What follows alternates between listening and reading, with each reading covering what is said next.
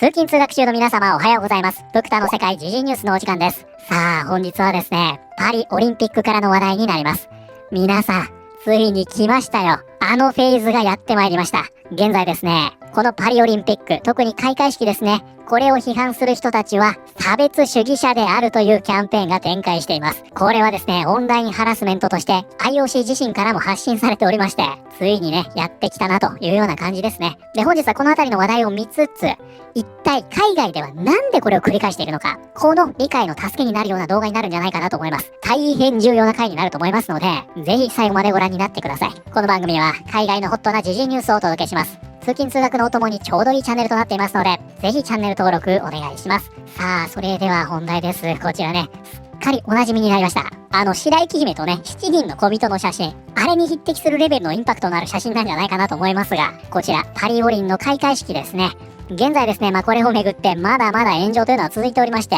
ついにですね、これを批判する人たちは差別主義者であるというキャンペーンというのがね、展開しています。もう皆さん分かりきっていましたよね。こうなることが。ついにね、そのフェーズに入ったんですね。これは IOC 自身からもこれをオンラインハラスメントとして言及されておりまして、そういうことなんですね。で、本日はですね、これね、いくつか話題見ていきますが、これ、ハリウッドでもそうです。ゲーム業界でもそうです。ついにオリンピックでもこうなりました。毎回同じこと繰り返してるの皆さんね、もうお分かりなんじゃないかなと思います。自ら分断をふっかけて批判される。そして批判された者たちを差別主義者だと言及して被害者ポジションを取り、場合によっては相手を訴えるというね。なんで毎回こんなことをしてるのと思われる方いらっしゃるかもしれませんが、おそらくこの裁判を知っておくと、この理解の助けになるんじゃないかなという事例が過去にあるんですね。それをご紹介しますので、ぜひね、最後までご覧になってください。ドナ・ケルシー、パリオリンピックの最後の晩餐論争の批判者を同性愛嫌悪だと非難。ドナ・ケルシーはオリンピック開会式の最後の晩餐のシーンに対する批判を Facebook ページで激しく非難し、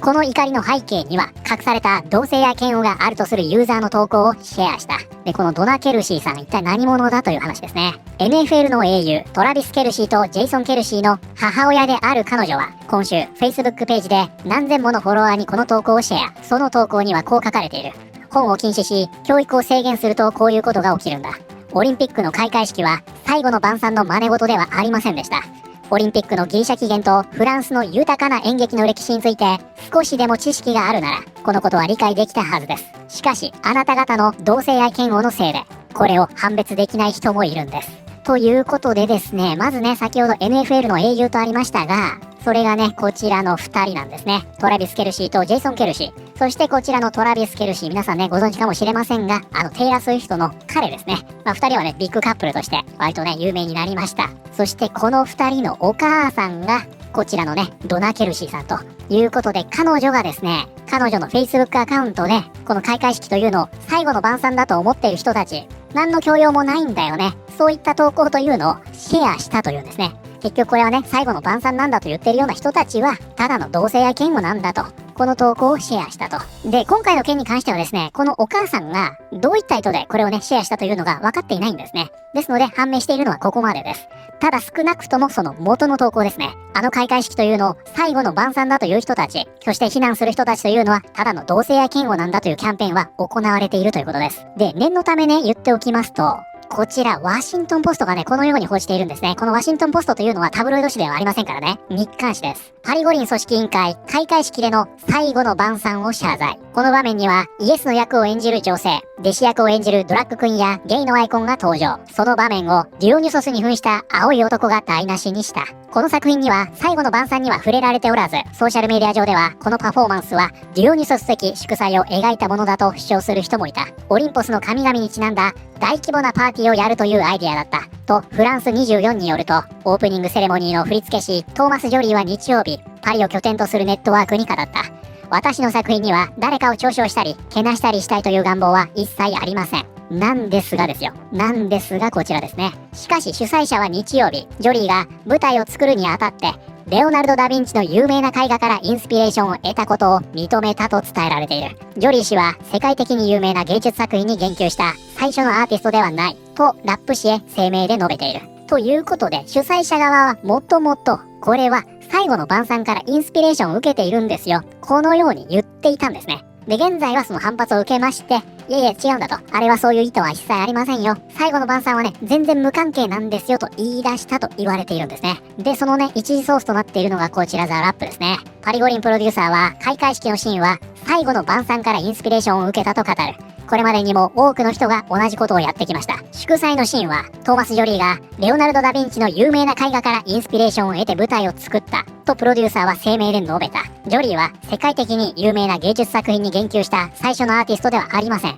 アンディ・ウォーホールからザ・シンプソンズまで、ジョリー以前にも多くの人がそうしてきました。と、このようにですね、プロデューサーの声明では、あれは演出家がレオナルド・ダ・ヴィンチの最後の晩餐からイメージを得て作っているんだと、このように言っているんですね。ただ、その一方、演出家本人は違うと言っていて、ここの矛盾でね、大きな誤解をね、生んでしまったという可能性はあります。ちなみに、センターにいた DJ いるでしょ？あの人は、自分たちのね、パフォーマンスの写真と、最後の晩餐の写真、これをね、上下に並べて、これが新しい契約聖書だ、このように、インスタグラムに投稿してるんですね。これね、速攻削除しました。つまり、ここから推測するにですね、この主催者側、プロデューサーから演者に至るまで、これは、最後の晩餐をモチーフにしていると思っていたんじゃないかなと思います。ただ、演出家の意図は違ったんですね。それがおそらく共有できていなかったんですよ。ただ、この場合は IOC 側も演者側も、それが最後の晩餐だと思ってやっていたということになってしまいますから、結局非難されている本質的な部分は変わらないよねということになってしまいそうですよね。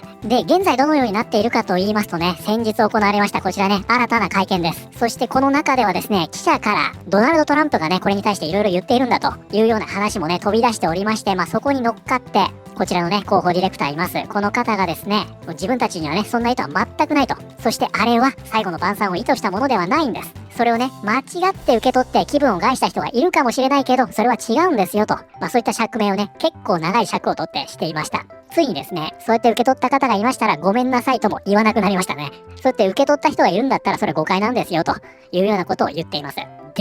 この中でもですね、これに際しまして、出演者、関係者に対してのオンラインハラスメントが展開しているというような形で現在はですね、新たなフェーズに入っているんですね。そしてね、その最たるものがこちらでして、オリンピックのドラッグクイーンシーンの DJ、オンラインでの虐待の急増を受け、法的苦情を申し立てる。ということで、こちらですね、ちょっと見えております。この真ん中にいた、先ほどの記事ではイエス役をやったと言われていました、こちらのね、バーバラ・ブッチさん。この方にですね、あれ以降嫌がらせが殺到しているということで、もうそれに対してね、法的措置を取りますと、そのように言っているんですね。で、これはですね、本当にハラスメントを受けているという側面はあると思います。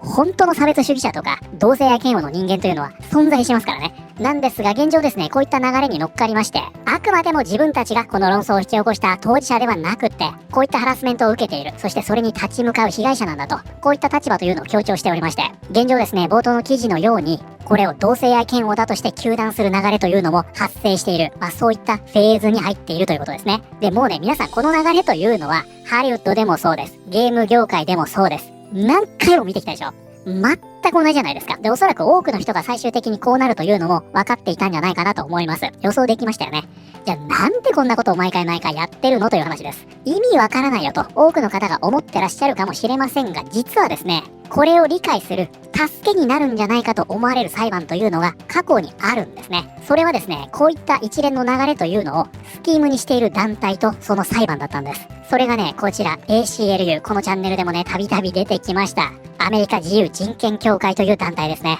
以前ですね、トランスジェンダーの行動も、ベッキー・ペッパー・ジャクソンですね。裁判で、ベッキー・ペッパー・ジャクソン側についていた団体です。ちなみに、今回のこの五輪の件には関わってませんからね。アメリカ自由人権協会は、主に米国権利商店で保障されている言論の自由を守ることを目的としたアメリカ合衆国の NGO 団体。公式には、どの政党も支持しておらず、その自由を擁護するスタンスにより、時には保守、時にはリベラル陣営の人々と激しく対立してきた。と、このような団体なんですね。で、このね、ACLU がね、過去にあった非常に有名な裁判というのがあるんです。それがこちらで、進化論裁判です。進化論裁判とは、アメリカ合衆国で制定された進化論を、学校教育の場で教えることを制限する法律、いわゆる反進化論法に対する一連の裁判のことを言う。特に有名な裁判としては、1925年のスコープス裁判、1982年のアーカンソー州、授業時間均等法裁判などがある。で、実際ね、具体的にはどういったものなのかということですね。進化論とキリスト教右派の対立は、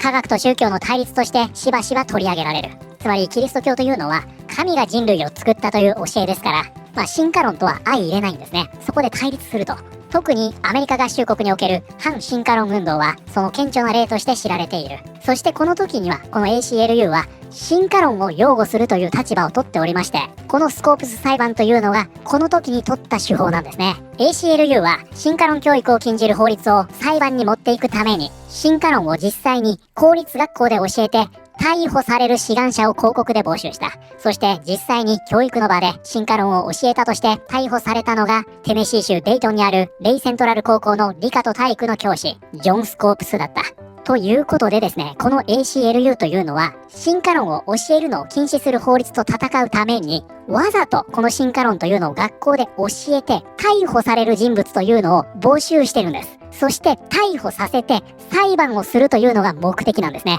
あえて物議を醸すことをして議論を呼ぶ。そして裁判をする。そして自分たちの主張を通すというのが目的なんですよ。そしてここにまんまと載せられたのがジョニー・デップと裁判をしたアンバー・ハードだったんですね。このチャンネルですね、ご存知ない方多いかもしれませんが、お友達5000人記念の時にですね、このジョニー・デップ対アンバー・ハードの動画作り始めました。もう現在ですね、その動画というのは30分ほどの動画になっているんですが、全然ね、終わる気配がないので、おそらくね、オクラになるんじゃないかなと思います。実はね、こういったお話をしている動画なんですね。あの裁判では、このジョン・スコープスになったのがアンバー・ハードだったと考えることができるわけです。ですので、アンバー・ハードがジョニー・デップを想定して書いたと言われていたあの記事、ジョニー・デップが実際に裁判を起こした、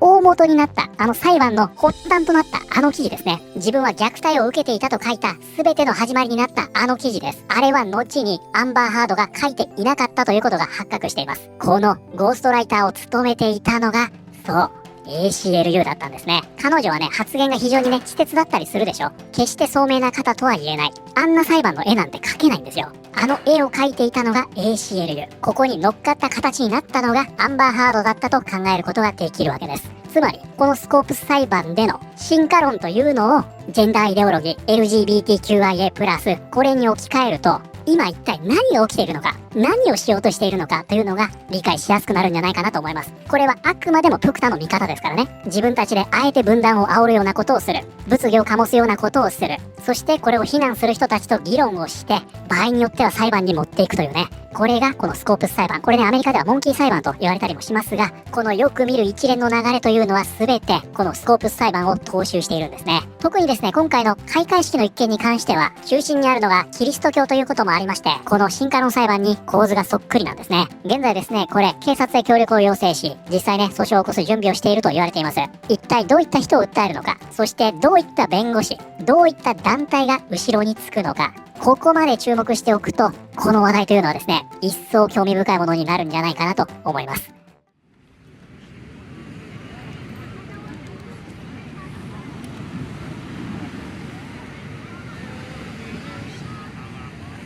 Oiga,